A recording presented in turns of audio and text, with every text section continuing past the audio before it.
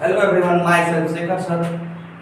आज केमिस्ट्री का क्लास 9 का मैटर लेसन नंबर 1 का हम लोग पार्ट 3 डिस्कस करने जा रहे हैं।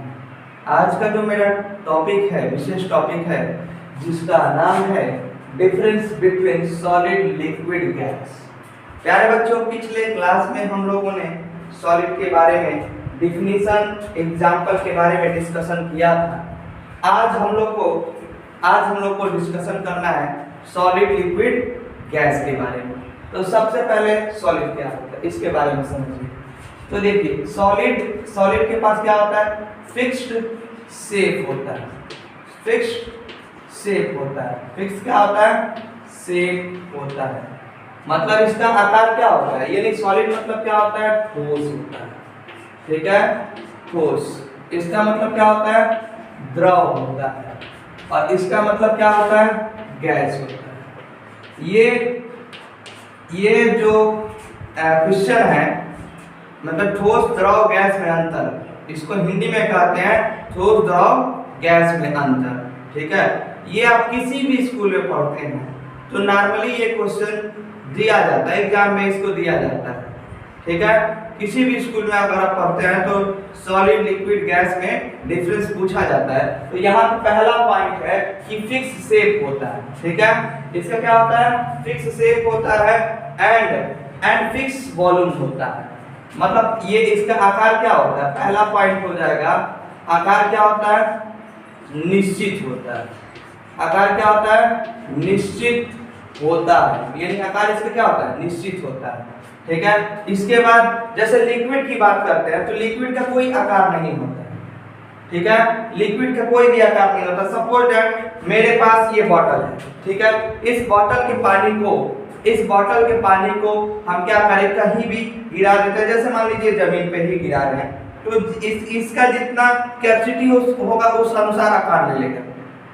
ठीक है, मतलब इसी बॉटल का पानी बहुत दूर तक फैल जाएगा, कहने का सेंस है। और फिर इस समुद्र का पानी, ठीक है, इसमें अगर डाला जाए इस आकार के हो जाएगा, बॉटल के आकार के हो जाएगा। मतलब जितना कैपेसिटी होगा ये रखेगा, बाकी को रिप्लेस कर देगा। मतलब कहने का मतलब ये है कि वाटर यानी द्रव का यानी लिक्विड का कोई भी पार्टिकुलर शेप नहीं होता है। तो आप कह सकते हैं कि liquid has not fix shape. Liquid has not fix shape. प्यारे बच्चों, इस चीज को आपको देखने की जरूरत है। तो यहाँ पे इसमें पहला पॉइंट हो जाएगा not fixed shape, not fix shape. Clear? लेकिन सॉलिड का बच्चा लोग फिक्स शेप है। जैसे मान लीजिए यहाँ पे बोर्ड देख रहा है, इसका भी पार्टिकुलर फिक्स शेप है। ठीक है, ये डस्टर देख रहा है, ये चौक देख रहा है, इंसान भी क्या है? सॉलिड ही है। आप लोग भी सॉलिड ही है। ठीक है, इसका क्या है? ये सबका फिक्स शेप होता है। अब गैस का जो होता है, गैस का बिल्कुल फिक्स शेप नहीं होता है। ठीक है, यानी मतलब जहां भी थोड़ा सा गैपिंग हो जाता है तो उड़ना शुरू हो जाता है। यानी गैस का फिक्स शेप नहीं होता है। ठीक है, मतलब यहाँ पे पहला पॉइंट आपको समझ में आ गया होगा, not fixed shape, not fix shape. Clear? मतलब इसका आकार क्या होता है? निश्चित नहीं होता है। कह सकते हैं आकार निश्चित नहीं होता है। आकार क्या होता है? निश्चित नहीं होता है। समझ में आया ना? आकार इसका क्या होता है? निश्चित नहीं होता। या सीधे लिख लीजिए अनिश्चित। ठीक है, यहाँ पे लिख सकते हैं अनिश्चित। ठीक है, अनिश्चित। निश्चित भी लिख सकते हैं, अनिश्चित। मतलब इसका आकार अनिश्चित होता है या आकार इसका निश्चित नहीं होता है। इसी प्रकार यहाँ भी लिख सकते हैं, इसका भी आकार क्या होता है? अनिश्चित होता है। क्लियर? पहला पॉइंट सबको समझ में आया। पॉइंट नंबर सेकंड की बात करते हैं। ठीक है, पॉइंट नंबर सेकंड, इसका वॉल्यूम फिक्स्ड वॉल्यूम होता है। सॉलिड के पास क्या होता है? फिक्स्ड वॉल्यूम होता है। अब हाउ कैन से दैट कि इसका वॉल्यूम फिक्स होता है? मतलब यहाँ कह सकते हैं आयतन निश्चित होता है। इसके बारे में भी आपको बताया गया। ठीक है, मतलब सॉलिड का आयतन फिक्स होता है। ये मान लीजिए कि कह सकते हैं ये चौक है। चौक का ये अगर हम शेप की बात करें सिलेंडर शेप होता है। और अगर इसका आयतन निकाला जा सकता है, इसका आयतन का फार्मूला होता है पाई आर स्क्वायर एच होता है। ठीक है, तो अगर यहाँ पे बात करें ये चौक ऐसे ना होता है जी, तो चौक का ये देखिए ये क्या है, ये आपका इसका शेप होता है, पार्टिकुलर शेप होता है और इसका क्या होता है पार्टिकुलर आयतन भी होता है। मतलब ये सिलेंडर आकार का वस्तु है, यहाँ से यहाँ तक इसकी डिस्टेंस क्या है आर है। क्या है बच्चा आर है, जिसको हम लोग क्या कहते हैं त्रिज्या कहते हैं, जिसको इंग्लिश में कहते हैं रेडियस कहते हैं। क्या कहते हैं रेडियस कहते हैं, समझ में ना, ये क्या होता है रेडियस होता है, समझिए बात को। अब इसका आयतन ये देखिए यहाँ से ये क्या हो गया इसका हाइट हो गया। ठीक है, ये क्या हो गया हाइट हो गया, बात समझिए, ये क्या हो गया हाइट हो गया। अगर इसका आयतन की बात किए वॉल्यूम की बात किए वॉल्यूम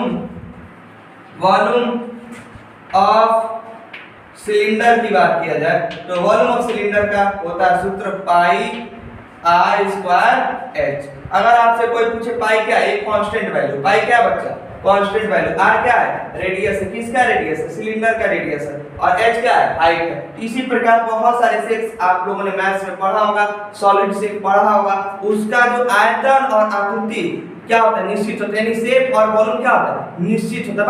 बात को समझना पड़ेगा, ठीक है, तो इस चीज को आप अच्छे से समझ गए होंगे। ठीक है, अब बात करते हैं द्रव की बात करें तो द्रव का भी आयतन निश्चित होता है, मतलब जिस पात्र में अगर उसको आप डालते हैं द्रव को, उस पात्र के अकॉर्डिंग वो क्या होता है कन्वर्ट हो जाता है। तो आप कह सकते हैं द्रव का भी जो होता है फिक्स क्या होता है, द्रव का भी फिक्स वॉल्यूम होता है। ठीक है, फिक्स वॉल्यूम, ठीक है, फिक्स्ड वॉल्यूम होता है। ठीक है, फिक्स वॉल्यूम होता है, बात समझ में है ना।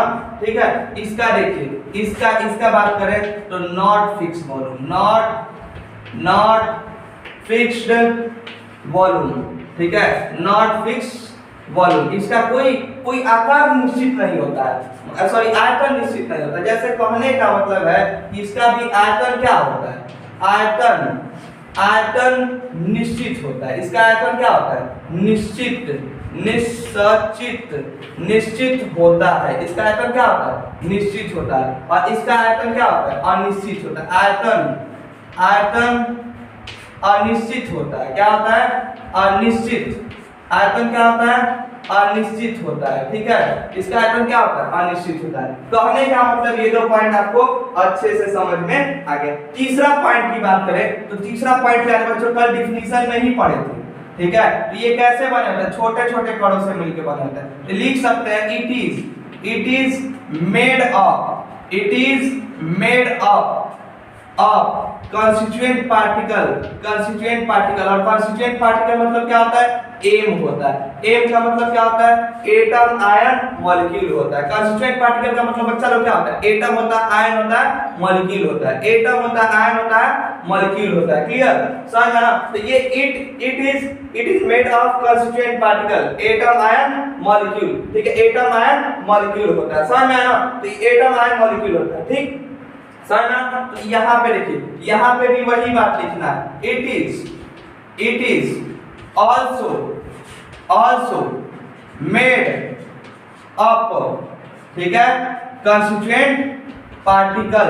और कंस्टिट्यूएंट पार्टिकल मतलब क्या होता है एम होता है। एम मतलब एटम आयन मॉलिक्यूल होता है, बात को समझिए। और ये भी क्या होता है it is also made up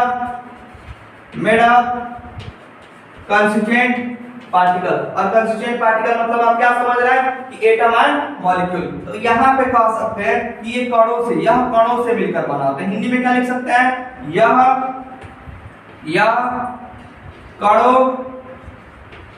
कणों से मिलकर बना होता है। ये कणों से मिलकर बना होता है बच्चा लोग। कणों का मतलब क्या होता है परमाणु अणु आयन होता है। यहाँ भी वही लाइन लिखेंगे, यहाँ भी क्या लिखेंगे वही लाइन लिखेंगे। मतलब ये सॉलिड भी कैसे मिलकर बना होता है कणों से मिलकर बना होता है, द्रव भी कैसे मिलकर बना होता है कणों से मिलकर बना होता है, और गैस भी कैसे मिलकर बना होता है कणों से मिलकर बना होता है। बच्चा लोग समझिए इस बात को, ये 3 पॉइंट सबको स्पष्ट हो गया होगा। और एक मेरा व्यूअर ठीक है, उसने कमेंट किया है कि सर एक मेरा स्पेशल टॉपिक है law of conservation of mass. इस चीज को हमारे द्वारा सीन कर लिया गया है बच्चा, और आपका जल्द से जल्द वीडियो मैं अपलोड कर दूंगा। This is my promise. Okay, law of conservation of mass मतलब ऊर्जा का द्रव्यमान का संरक्षण का नियम होता है। ठीक है, द्रव्यमान का संरक्षण का नियम होता है हिंदी में। ये बहुत इंपॉर्टेंट टॉपिक है, law of conservation of mass, law of conservation of energy, law of conservation of momentum. आप लोगों ने फिजिक्स में भी इस टर्मिनोलॉजी को पढ़ा है, केमिस्ट्री में टर्मिनोलॉजी, बस अंतर क्या है, यहाँ पे मास है, कहीं पे एनर्जी है, कहीं पे मोमेंटम है। ये डिस्कशन होगा, डोंट टेक इन टेंशन। उसी प्रकार किसी भी व्यूअर को कोई टॉपिक अगर जानना हो तो आप कमेंट के माध्यम से बोलेंगे कि सर आप इस टॉपिक को पढ़ा दीजिए, तो टाइम लगेगा लेकिन मैं उस वीडियो को अपलोड करूंगा। हो सकता है कि उस टॉपिक के अपलोड कर देने से आपका एग्जाम में 1-2 नंबर बढ़ जाए। और कहा जाता है कि बूझ बूझ से ही घड़ा भरता है, उसी प्रकार मेरे व्यूअर, मेरे स्टूडेंट, आप कमेंट जरूर करिए कि सर ये टॉपिक नहीं समझ में आया। और मुझे बहुत ही खुशी हुई कि कम से कम हमारे बच्चे हमारे वीडियो को देख रहे हैं और पूरे जगह फैला रहे हैं। धीरे धीरे मेरे व्यूअर भी बढ़ रहे हैं, सब्सक्राइबर भी बढ़ रहे हैं और कमेंट करने वाले लोग भी बढ़ रहे हैं। उन लोगों को तहे दिल से स्वागत करता हूं और धन्यवाद करता हूं कि हमारे चैनल को बार बार प्रमोट कर रहे हैं। हम उनके लिए बहुत कुछ करना चाहता हूं। ओके, आगे बढ़ते हैं। चलिए अगला बात करते हैं। देखिए इसके बीच बच्चा नेक्स्ट बात करते हैं, अट्रैक्शन की बात करते हैं या इंटरमॉलिक्यूलर फोर्स की बात करते हैं, या सबसे पहले डिस्टेंस की बात करते हैं। डिस्टेंस जो होता है यहाँ पे क्या होता है, मैक्सिमम होता है। कल हम इसको लिखाए थे, ठीक है। मैक्सिमम मतलब अधिकतम होता है। क्या होता है बच्चा, अधिकतम। क्या होता है, अधिकतम, ठीक है। इसको दूरी कहते हैं, मतलब किसके बीच की दूरी बच्चा, कणों के बीच की दूरी। तो कह सकते हैं, इसको ऐसे लिख सकते हैं, हिंदी मीडियम वाले ऐसे लिख सकते हैं कि ठोस के कणों के मध्य की दूरी बहुत ही कम होता है। सॉरी गाइस, यहाँ पे कम होता है, मिनिमम होगा। क्या होगा, मिनिमम या लेस कह सकते हैं। क्या लिख सकते हैं, मिनिमम। क्या लिख सकते हैं, मिनिमम, यानी कम होता है, यानी न्यूनतम होता है। बात समझिए, मतलब यहाँ पे ठोस के कणों के बीच की दूरी क्या होता है, मिनिमम होता है। और जिसके कारण क्या होता है, इंटरमॉलिक्यूलर फोर्स यानी अट्रैक्शन फोर्स, इंटरमॉलिक्यूलर फोर्स जो होता है यहाँ पे क्या होता है, मैक्सिमम होता है, यानी अधिकतम होता है। क्या होता है, अधिकतम होता है। समझ में आया ना। तो यहाँ पे इंटरमॉलिक्यूलर फोर्स ऑफ अट्रैक्शन अधिकतम होता है बच्चा लोग, समझिए बात को। और यहाँ पे आपको एक क्वेश्चन बताया गया था, फिर से रिपीट करा देते हैं। पिछले क्लास में आप लोग इंटरमॉलिक्यूलर फोर्स ऑफ अट्रैक्शन बताया था, इस बार भी आप सुन लीजिए इंटरमॉलिक्यूलर फोर्स ऑफ अट्रैक्शन क्या होता है, क्योंकि एग्जाम में 1 नंबर में आ सकता है। तो 2 कणों के बीच जो लगने वाला बल होता है उसी को क्या कहते हैं, इंटरमॉलिक्यूलर फोर्स ऑफ अट्रैक्शन। यानी the force act between 2 atom ion molecule, that is called intermolecular force of attraction. ठीक है, intermolecular force of attraction. Am I right? इस चीज को आप समझ गए होंगे। अब बात करते हैं इसका डिस्टेंस की बात करते हैं। तो ये चीज आप ऐसे लिख लीजिए, डिस्टेंस लिक्विड, फिर डिस्टेंस सॉलिड और फिर डिस्टेंस गैस का होता है। तो सबसे अधिक डिस्टेंस किसका होता है, गैस का। इसके बाद किसका होता है, लिक्विड का। ठीक है, तो ये ऑर्डर आपको बनाना है। ठीक है, तो इसको कैसे लिखेंगे, लिक्विड का जो दूरी होता है, लिक्विड के मध्य कणों के बीच की दूरी क्या होता है, दूरी गैस से कम और ठोस से अधिक होता है। बात समझिए, लिक्विड ये द्रव है, ये किसको बता रहा है, ये dl किसको बता रहा है, डिस्टेंस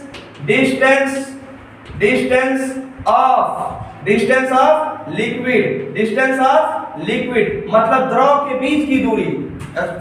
डिस्टेंस ऑफ पार्टिकल, ठीक है, पार्टिकल्स इन लिक्विड, लिक्विड की बात किया जा रहा है, मतलब द्रव में उपस्थित कणों के बीच की दूरी, ठीक है, द्रव में उपस्थित कणों के बीच की दूरी। यहाँ पे लिख सकते हैं distance of particle in solid, distance of particle in gas, मतलब सबसे ज्यादा डिस्टेंस किस में होता है? गैस में होता है। इसके बाद किस में होता है? लिक्विड में होता है। इसके बाद किस में होता है? सॉलिड में होता है। इस बात को समझिए, इस बात को जब तक आप समझेंगे नहीं तब तक आपको बिल्कुल नहीं कुछ होने वाला, क्योंकि ये पॉइंट भी इंपॉर्टेंट है। अब यहाँ पे बात करते हैं, इसका डिस्टेंस की बात करते हैं, डिस्टेंस ऑफ गैस की बात करते हैं। तो यहाँ पे क्या होता है? यहाँ पे होता है मैक्सिमम होता है। क्या होता है? मैक्सिमम होता है। यहाँ पे क्या होता है? अधिकतम होता है। क्लियर? अब अट्रैक्शन की बात करते हैं, इंटरमॉलिक्यूलर फोर्स ऑफ अट्रैक्शन की बात करते हैं। तो यहाँ पे देखिए, यहाँ पे तो हो चुका है, यहाँ पे देखिए इंटरमॉलिक्यूलर फोर्स ऑफ अट्रैक्शन, ठीक है। यहाँ पे क्या होता है? यहाँ पे वही बात करना है। देखिए इसको देखिए, यहाँ पे क्या होगा? ये देखिए आई से हम डिनोट कर रहे हैं, यहाँ पे क्या होगा? लिक्विड। यहाँ पे आई से डिनोट कर रहे हैं, यहाँ पे क्या होगा? सॉलिड। यहाँ पे आई से डिनोट कर रहे हैं, यहाँ पे क्या होगा? गैस। तो सबसे ज्यादा इंटरमॉलिक्यूलर फोर्स ऑफ अट्रैक्शन किसके पास होगा? सॉलिड के पास होगा। इसके बाद किसके होगा? लिक्विड के पास होगा। और सबसे कम किसके पास होगा? सबसे कम गैस के पास होगा बच्चा लोग, सबसे कम किसके पास होगा? गैस के पास होगा। इसके इसी प्रकार यहाँ पे लिखेंगे इंटरमॉलिक्यूलर फोर्स ऑफ अट्रैक्शन, ठीक है। यहाँ पे क्या होगा? यहाँ पे मिनिमम होगा, यानी कम होगा, ठीक है। एक बार इस चारों पॉइंट को हम रिपीट कर दे रहे हैं। देखिए प्यारे बच्चों, आज हम पढ़े हैं सॉलिड लिक्विड गैस में अंतर। आज सबसे पहले हम आए टॉपिक का स्टार्टअप किया है, शुरू किए हैं सॉलिड लिक्विड गैस। सबसे पहला अंतर बोर्ड पे लिखा गया होगा कि ये फिक्स शेप होता है, नॉट फिक्स शेप होता है, ये भी नॉट फिक्स शेप होता है। मतलब इसका आकार निश्चित होता है, आकार निश्चित अनिश्चित होता है, इसका आकार अनिश्चित होता है। आयतन इसका निश्चित होता है, इसका भी आयतन निश्चित होता है, लेकिन इसका आयतन अनिश्चित होता है, ठीक है। ये कणों से मिलकर बना होता है, ये भी कणों से मिलकर बना होता है, ये भी कणों से मिलकर बना होता है। यहाँ पे ठोस के कणों के मध्य की दूरी कम होता है। यहाँ पे क्या होता है? लिक्विड का जो कणों के बीच की दूरी है गैस से क्या होता है? गैस से कम होता है, ठोस से अधिक होता है। और यहाँ पे गैस में सबसे अधिक होता है। क्लियर? यहाँ पे intermolecular force of attraction maximum होता है। यहाँ पे क्या होता है? यहाँ पे लिक्विड का जो इंटरमॉलिक्यूलर फोर्स ऑफ अट्रैक्शन होता है सॉलिड से कम होता है, गैस से अधिक होता है। और इंटरमॉलिक्यूलर फोर्स ऑफ अट्रैक्शन क्या होता है? सबसे कम गैस में होता है। अब तक ये 4 पॉइंट हो चुका है। एक नोट पॉइंट आपको हम बता दें, नोट पॉइंट में आप इस चीज को जरूर लिख लीजिएगा, आपसे क्वेश्चन पूछा जाएगा, ये इंपॉर्टेंट है। यहाँ देखिए इंपॉर्टेंट, आगे अंतर जारी रहेगा, कुछ और डिफरेंस हम आपको बताने वाले हैं, तो ठीक है। यहाँ देखिए एक क्वेश्चन पूछा जाता है कि लाइट सबसे तेज किस माध्यम में चलती है? सॉलिड में चलती है, लिक्विड में चलती है, गैस में चलती है? वेरियस कंपटीशन में ये पूछा जा सकता है। तो यहाँ पे लिख सकते हैं कि स्पीड ऑफ लाइट ऐसे लिखेंगे, सबसे तेज ऐसे लिखेंगे स्पीड ऑफ लाइट, ठीक है। तो सबसे तेज किस में चलता है? सबसे तेज आपका चलता है गैस में चलता है। इसके बाद किस में चलता है? लिक्विड में चलता है। इसके बाद किस में चलता है? सॉलिड में चलता है, ठीक है। मतलब यहीं पे आप लोगों ने फिजिक्स में पढ़ा होगा लॉ ऑफ रिफ्लेक्शन, ठीक है, लॉ ऑफ रिफ्लेक्शन, ठीक है। तो यहाँ पे अगला एक और पॉइंट है, इंपॉर्टेंट पॉइंट, ठीक है। स्पीड ऑफ साउंड, मतलब आवाज सबसे तेज किस में चलता है? स्पीड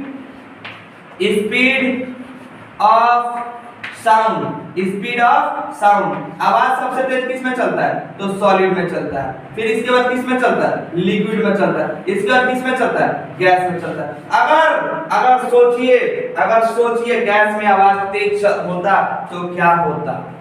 हम यहाँ पे पढ़ाते तो पूरे कप्तानगंज में जिस एरिया में हम पढ़ा रहे हैं उस एरिया में घुस जाता, लेकिन ऐसा संभव नहीं है। जो भी प्राकृतिक बनाई है बहुत ही अच्छा चीज बनाई है। इसीलिए प्यारे बच्चों, प्रकृति को हमें नहीं डिस्टर्ब करना चाहिए।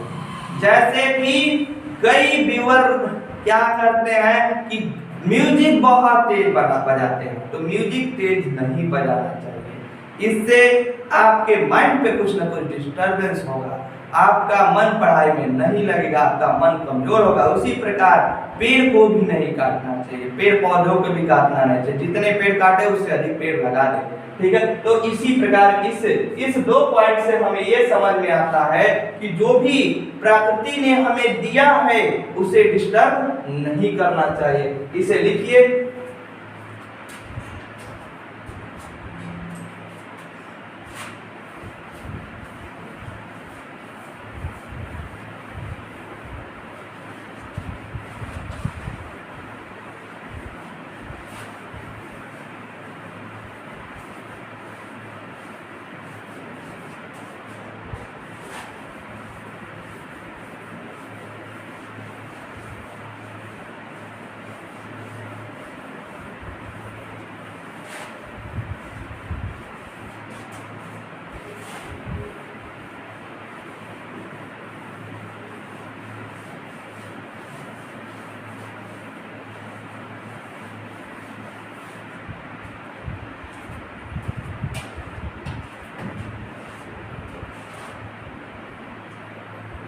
चलिए कुछ और बात करते हैं। देखिए अब देखिए बात करते हैं तो एक टर्मोलॉजी होता है कैनेटिक एनर्जी। तो कैनेटिक एनर्जी की बात करते हैं, कैनेटिक एनर्जी, ठीक है। तो सॉलिड, यहाँ पे सॉलिड था ना, ये भी यहाँ सॉरी गाइस, यहाँ सॉलिड क्लीन हो गया है, सॉलिड, ओके। इसको ठोस कहते हैं, ओके। यहाँ से शुरू करें। देखिए कैनेटिक एनर्जी की बात करते हैं तो सबसे पहला पॉइंट, नेक्स्ट पॉइंट अब तक हमको लगा 4-5 पॉइंट डिस्कशन किए थे, उसको नोट कर लीजिएगा। इसका नेक्स्ट पॉइंट है, ये भी बहुत इंपॉर्टेंट पॉइंट है, कैनेटिक एनर्जी। कैनेटिक एनर्जी की बात करते हैं, ठीक है। तो कैनेटिक एनर्जी की बात करते हैं तो कैनेटिक एनर्जी किसमें सबसे अधिक होगा, ठीक है। अब कैनेटिक एनर्जी होता क्या है, सबसे पहले जानिए कैनेटिक एनर्जी होता क्या है। तो कैनेटिक एनर्जी, ठीक है, कैनेटिक एनर्जी को के से डिनोट करते हैं, क्लियर। तो ये कैनेटिक एनर्जी होता क्या है, मतलब ये जो पार्टिकल होते हैं, ये जो पार्टिकल होते हैं, बात को समझिए, उनके कारण, वो गति करने के कारण जो एनर्जी, यानी पार्टिकल यानी कणों के गति करने के कारण, मूवमेंट करने के कारण जो एनर्जी लगता है, that is called kinetic energy. ऐसे करते हैं the movement of any particle and क्या कर सकते हैं, required energy, that is called kinetic energy. या the amount of energy to required, ऐसे भी लिख सकते हैं the amount of energy to required, ठीक है, required to moving any particle, that is called kinetic energy. जो एनर्जी की आवश्यकता होती है, ठीक है, किसी भी पार्टिकल को मूवमेंट करने के लिए, उसी को क्या कहते हैं, काइनेटिक एनर्जी। या कह सकते हैं द मोशन, या ऐसे कर सकते हैं the motion which is caused by the energy which is caused by what, movement of particle। मतलब किसी भी कण के गति करने के कारण जो एनर्जी लगता है उसे क्या कहते हैं, काइनेटिक एनर्जी कहते हैं। समझ में, जैसे आप दौड़ रहे हैं, यहाँ पे दौड़ रहे हैं, ठीक है, तो दौड़ रहे हैं तो इस कंडीशन में क्या होता है, यहाँ पे जो एनर्जी लगता है, ठीक है, इसे हम लोग मतलब दूर तक जा रहे हैं, मतलब हम तो यहाँ पे डिस्प्लेस कर नहीं रहे, तो डिस्प्लेस नहीं कर रहा है, इस कंडीशन में क्या हो रहा है, यहाँ पे मोशन तो हो ही नहीं रहा, तो यहाँ पे एनर्जी पोटेंशियल एनर्जी लगेगा, लेकिन पोटेंशियल एनर्जी मतलब आप एक जगह पे स्थिर हैं, ठीक है, स्थिर है, तो अगर अपना स्थान डिस्प्लेस नहीं कर रहा है तो उस कंडीशन में क्या लगेगा, पोटेंशियल एनर्जी, यानी क्या होगा, स्थिति ऊर्जा लगेगा। और एक जगह से दूसरी जगह जाने में जो एनर्जी लगता है, सपोज दैट ये इंसान है, ठीक है, ये इंसान है, यहाँ से यहाँ जाने में, यहाँ से यहाँ जाने में इसको जो एनर्जी लगता है, एनर्जी की आवश्यकता होती है, इसको क्या कहते हैं, काइनेटिक एनर्जी। और यहाँ पे एक इंसान है, ठीक है, वो क्या होता है, यहीं पे रुका हुआ है, जो इसको एनर्जी लगता है, उसे क्या कहते हैं, पोटेंशियल एनर्जी कहते हैं। बात इसे कहते हैं काइनेटिक एनर्जी, मतलब गतिज ऊर्जा, और इसका मतलब क्या होता है, स्थितिज ऊर्जा। इसका फार्मूला होता है 1/2 mv² होता है, और पोटेंशियल एनर्जी का फार्मूला होता है mgh होता है, mgh होता है। ये m क्या होता है, ये मास होता है, mass of mass of particle कह सकते हैं, और v क्या होता है, वेलोसिटी ऑफ पार्टिकल होता है। तो यहाँ पे आपको थोड़ा सा देखना होगा, ठीक है, यहाँ पे दोनों चीज देखना होगा, दोनों फार्मूला को देखना होगा कि ये काइनेटिक एनर्जी किस किस चीज पे डिपेंड कर सकता है, ठीक है, काइनेटिक एनर्जी किस किस चीज पे डिपेंड कर सकता है, ठीक है। तो काइनेटिक एनर्जी क्या होता है, ये काइनेटिक एनर्जी किस पे जनरली डिपेंड करेगा, वेलोसिटी पे डिपेंड करेगा, ठीक है। तो काइनेटिक एनर्जी का ये सूत्र होता है 1/2 और फिर क्या होगा mv², ठीक है, mv²। मतलब कहने का मतलब ये है, कहने का मतलब ये है कि ये वेलोसिटी पे ही डिपेंड करेगा। मतलब जितना तेज कोई पार्टिकल चलेगा, गति करेगा, मोशन करेगा, उसका काइनेटिक एनर्जी बहुत अधिक होगा। लेकिन यहाँ पे ठोस के कंडीशन में क्या होता है, काइनेटिक एनर्जी बहुत ही कम होता है, बहुत ही कम होता है। क्यों?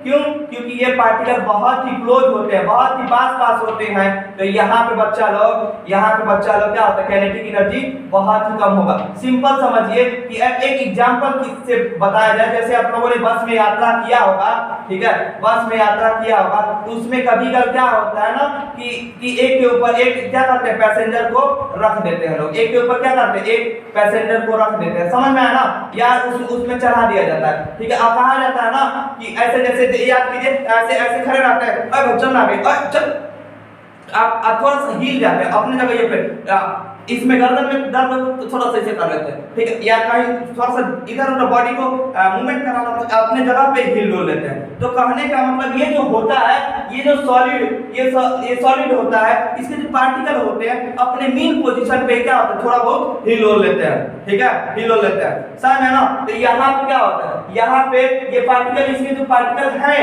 ये जो पार्टिकल हैं अपने मेन पोजीशन पे क्या करते हैं, मूवमेंट करते हैं, अपने मेन पोजीशन पे क्या करते हैं, मूवमेंट करते हैं, बात समझिए, ठीक है। मूवमेंट मेन पोजीशन पर क्या करते हैं, मूवमेंट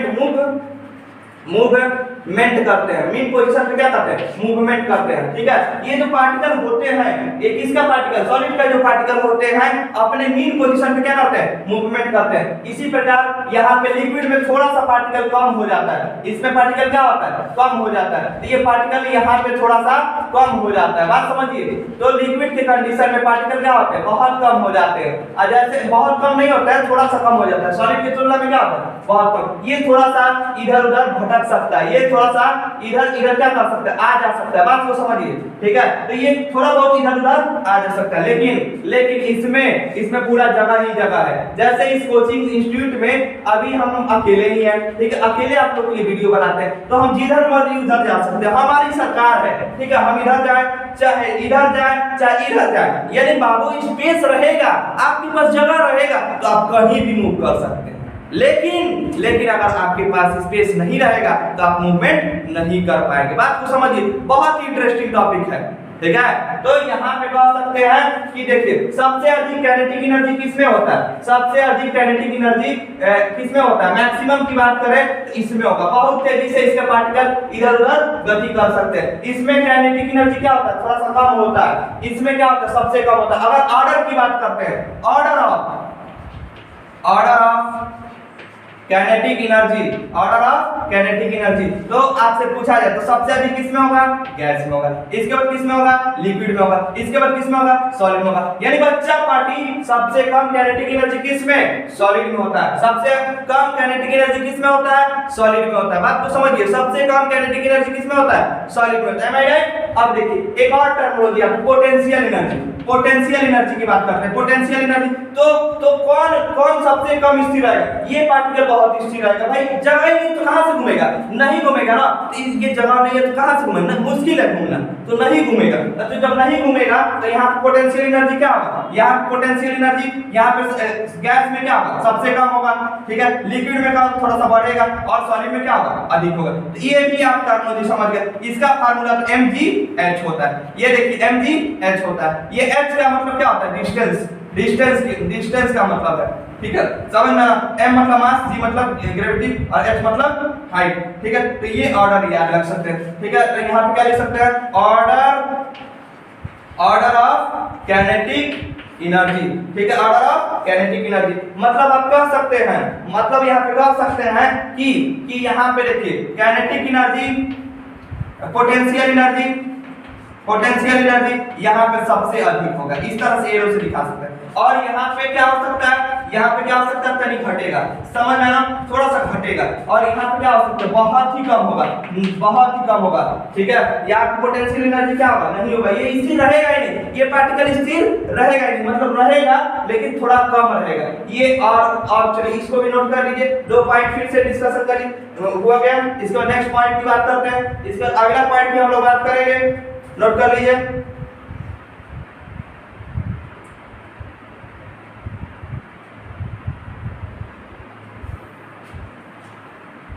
चलिए शायद इसको लिख लिए होंगे आप लोग। देखिए नेक्स्ट टर्म हो जाता है घनत्व, ठीक है, घनत्व।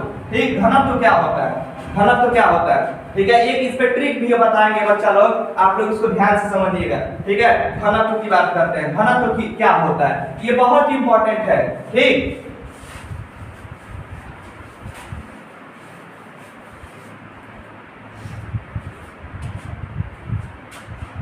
घनत्व, घनत्व को इंग्लिश में कहते हैं डेंसिटी, डेंसिटी। और इसका एक हम सुपर हिट ट्रिक बनाए थे, याद कीजिए। आज आपको हम बता रहे हैं, देखिए D बराबर क्या होता है, M/V, ठीक है। हमें एक गाना याद है, वॉल्यूम कम कर पप्पा जग जाएगा, वॉल्यूम कम कर पप्पा जग जाएगा। लेकिन बच्चा हम लोग गाना बदल देगा, आज एक नया गाना कंपोज करता है, वॉल्यूम कम कर माँ जग जाएगी, वॉल्यूम कम कर। ये देखिए वॉल्यूम, ये देखिए वॉल्यूम, वॉल्यूम कम कर माँ जग जाएगी। तो बच्चा डेंसिटी बराबर क्या होगा, वॉल्यूम कम कर माँ जग जाएगी, वॉल्यूम कम कर माँ जग जाएगी। ये ट्रिक आप बना सकते हैं, वॉल्यूम कम कर माँ जग जाएगी, ठीक है। ये समझ में आया कि नहीं, वॉल्यूम। देखिए अब ये तो आपको मान के चलिए ये फार्मूला आपको याद हो गया। देखिए क्या था फार्मूला, वॉल्यूम कम कर माँ जग जाएगा, डेंसिटी का फार्मूला। तो ये देखिए क्या था, वेयर, वेयर मतलब जहां। डी क्या होता है, डेंसिटी, डेंसिटी ऑफ सॉलिड कह सकते हैं, ठीक है। और एम क्या होता है, मास, मास ऑफ सॉलिड कह सकते हैं, ठीक है। और भी क्या होता है, वॉल्यूम, वॉल्यूम ऑफ सॉलिड कह सकते हैं, ठीक है। अब यूनिट की बात कर लेते हैं, यूनिट, यूनिट की बात करते हैं। चलिए यूनिट की बात कर लेते हैं, चलिए इस वाले में यूनिट की बात कर लेते हैं।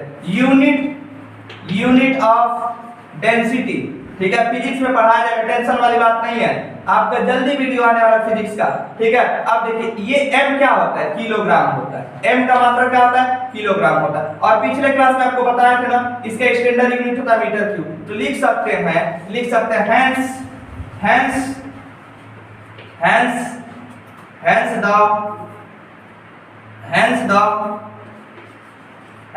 SI unit of density, density is kilogram, kilogram पर मीटर क्यूब, ठीक है। इसको हिंदी मीडियम वाले कहेंगे डी का घनत्व, डी का मात्रक, सॉरी डी का मात्रक, डी का मात्रक, ठीक है, समझ में ना। अब देखिए इसकी डेफिनेशन की बात किए, डेफिनेशन की बात किए तो डेंसिटी का क्या होता है, डेंसिटी का डेफिनेशन क्या होता है, ऐसे लिख सकते हैं, the ratio of mass and volume, the ratio of mass and volume, that is called density, the ratio of mass and volume, that is called density, density। Hindi में भी बता दीजिए सर, ओके बता देना। मतलब ऐसे कहेंगे द्रव्यमान तथा, द्रव्यमान तथा आयतन के अनुपात को घनत्व कहते हैं, अनुपात को घनत्व कहते हैं, ठीक है। द्रव्यमान तथा आयतन के अनुपात को क्या कहते हैं, घनत्व कहते हैं, ठीक है, ये मास होता है, ये वॉल्यूम आयतन होता है। तो द्रव्यमान और आयतन के अनुपात को क्या कहते हैं? घनत्व कहते हैं। ये भी समझ गए। एक और टर्मिनोलॉजी हम आपको समझाते हैं, डायमेंशनल फार्मूला। ठीक है, डायमेंशनल फार्मूला किसका? डायमेंशनल फार्मूला ऑफ डी की बात करते हैं। ठीक है, तो डायमेंशनल फार्मूला ऑफ डी की बात करेंगे तो ये क्या होगा? ये देखिए डी बराबर क्या होता है, ये सूत्र फार्मूला जानते हैं, m बटे v होता है। ठीक है, तो इसका पता है, टेंशन लेने की बात नहीं, थोड़ा बहुत आइडिया ले लीजिए। इसका ये m होता है, इसका क्या होता है? l क्यूब होता है। ठीक है, तो इसका क्या लिख सकते हैं? इसको स्टैंडर्ड फॉर्म में लेते हैं तो m इनवर्स 3 लिखते हैं। ठीक है, तो ये डायमेंशनल फार्मूला हो गया। ठीक है, तो डायमेंशनल फार्मूला किसी बुक में ऐसे भी लिखा रहता है, ml-3 t0 होता है। ठीक है, तो स्टैंडर्ड फॉर्म यही होता है। तो ये डायमेंशनल फार्मूला है, इसको भी नोट कर लीजिए क्योंकि फिजिक्स के लिए बहुत इंपॉर्टेंट है, लेकिन हम केमिस्ट्री में आपको बता दिए कि थोड़ा सा आपके पास नॉलेज बढ़े। जब नॉलेज बढ़ेगा तभी कुछ बात बनेगी। ठीक है, तभी कोई कंपटीशन निकलेगा। बात समझ में आया ना? इसको नोट कर लीजिए, इसको नोट कर लिए होंगे। चलिए आगे बढ़ते हैं।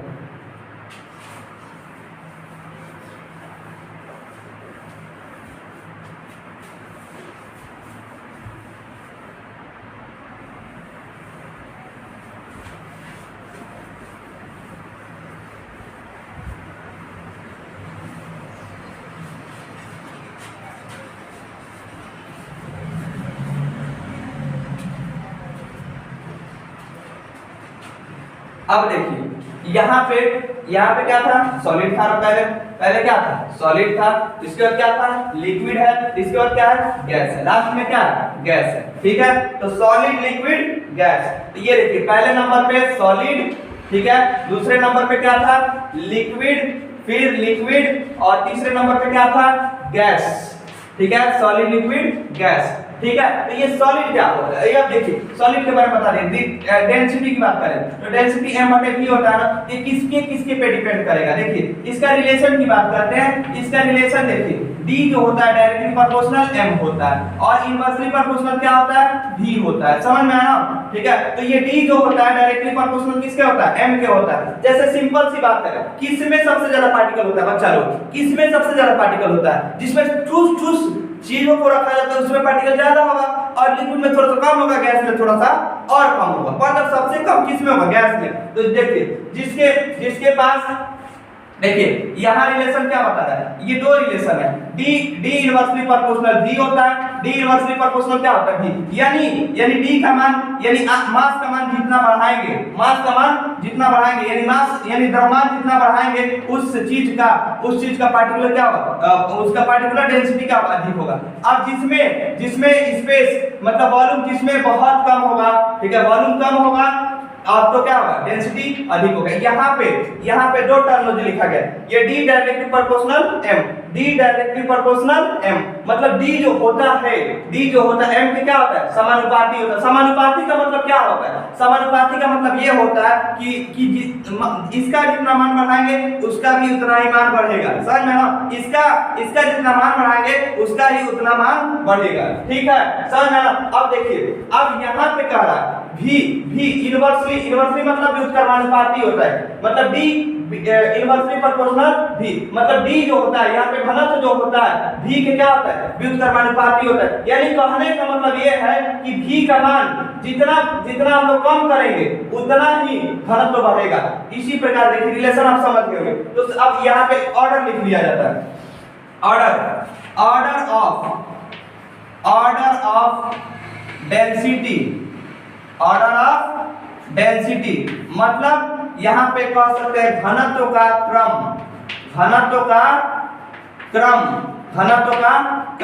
ठीक है, तो सबसे अधिक किसका घनत्व होगा? तो सॉलिड का घनत्व सबसे अधिक होगा।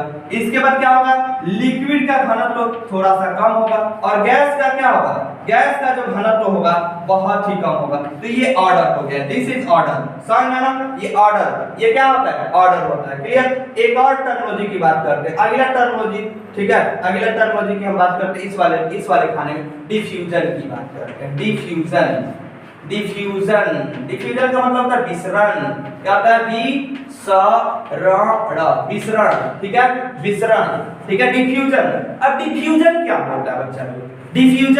विसरण क्या होता है? इस चीज को समझिए। सॉलिड में विसरण ज्यादा होगा कि लिक्विड में विसरण ज्यादा होगा कि गैस में होगा? अब सिंपल समझिए कि आप कहां पे आसानी से घुस जाएंगे, जिसमें जैसे लोग बहुत ज्यादा ठूस के गए, ठीक है, उसमें आसानी से घुस जाएंगे नहीं।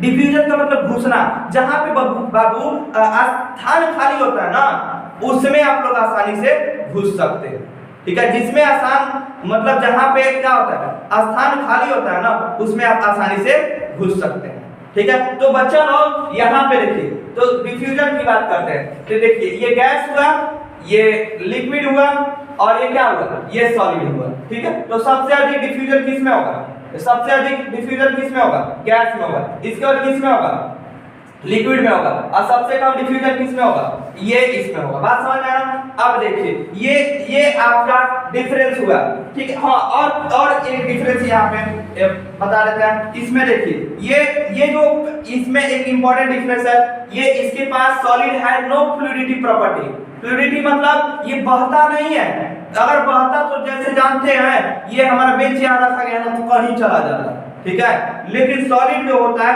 बहता नहीं है। लिक्विड क्या होता है, उसमें फ्लूइडिटी प्रॉपर्टी पाया जाता है, और गैस में भी फ्लूइडिटी प्रॉपर्टी, यानी बहाव का गुण दोनों में पाया जाता है, लेकिन सॉलिड में नहीं पाया जाता है। प्यारे बच्चों, आज का ये super heat difference, solid liquid gas का डिफरेंस खत्म होता है, और शायद ये वीडियो थोड़ा सा बड़ा बन गया होगा, क्योंकि इसमें नॉलेज भी तो बहुत कूट के भरा हुआ है बच्चा लोग। Thanks for watching. आज है कृष्ण जन्माष्टमी, सभी व्यूअर को कृष्ण जन्माष्टमी का क्या करते हैं, बधाई देते हैं, शुभकामना देते हैं, और कृष्ण भगवान उनके जीवन में नई खुशियां, नई समृद्धि लाए। धन्यवाद। आप लोग हमारे चैनल को विजिट करते हैं, देखते हैं, अपने दोस्तों में शेयर करते हैं। Thanks for watching.